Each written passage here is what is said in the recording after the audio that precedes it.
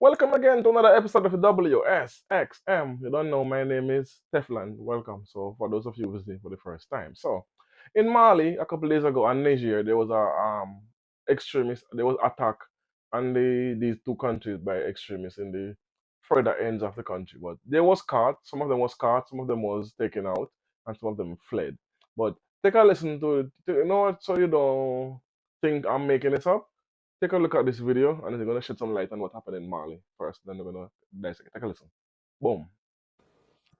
The regions of Kayes, Nyoro, and Segu sites of operations as part of the fight against terrorism.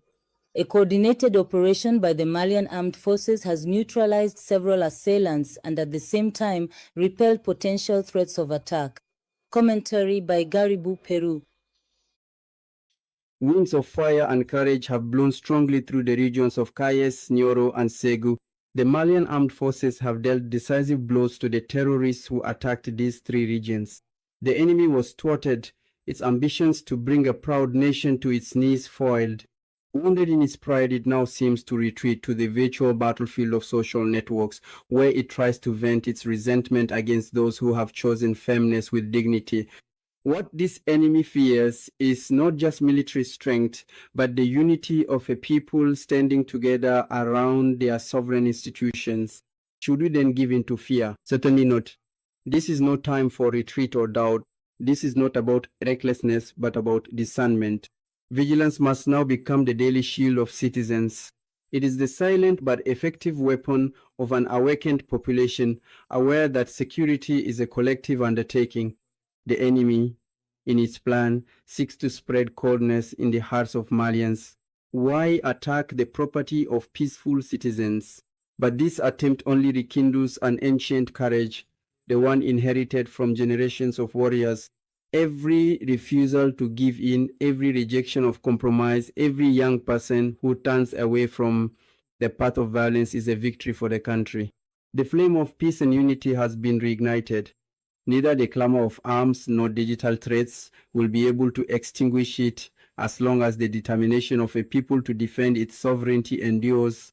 Far from confusing it with fear, every Malian must remain vigilant. So there you have it. So you see, if you're gonna wonder, for those of you, those bodies you see there on the ground, those are the extremist group. You see the bikes they confiscated and the firearms. Do you see how well armed these guys are? Most of those arms cost way more money than they have.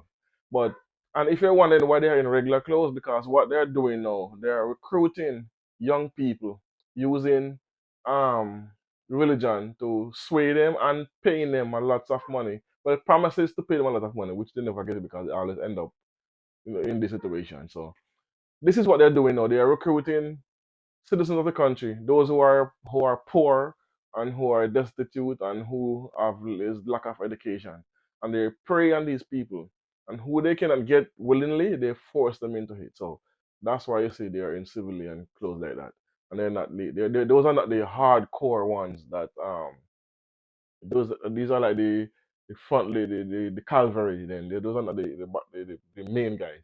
But take a look at this news reporting from Niger, and we're gonna talk about it again after. Take a listen. Boom. Friday, the 4th of July, 2025, at around 5:50 a.m. The forward positions of the defense and security forces in Bulonjunga and Samira in the Gote department was simultaneously targeted by an attack from a horde of several hundred mercenaries. The defense and security forces immediately responded with a vigorous and well-coordinated counterattack. Reinforcements were thus deployed to the area, and a joint air and ground sweep operation was launched to track down the perpetrators of this attack. The toll is as follows. On our side, the 10th of March tires, 15 wounded, 9 of whom have been evacuated for better care.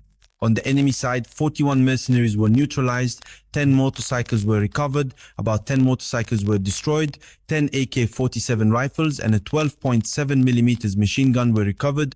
On behalf of the President of the Republic, Head of State, Supreme Commander of the Armed Forces, the Minister of State, Minister of National Defense extends his deepest condolences to the families of the martyrs and wishes a speedy recovery to the wounded. He also wishes to reassure the people of Niger of the unwavering determination of the defense and security forces to continue this noble fight.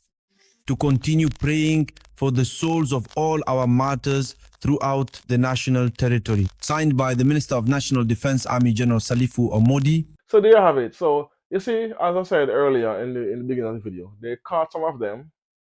We took some damage as well, because I said 15 was hurt, 9 was flown out to get more to get better care, and we took some of them as well, take them out, and confiscate again more weapons, bikes again, and the rest of the others flee.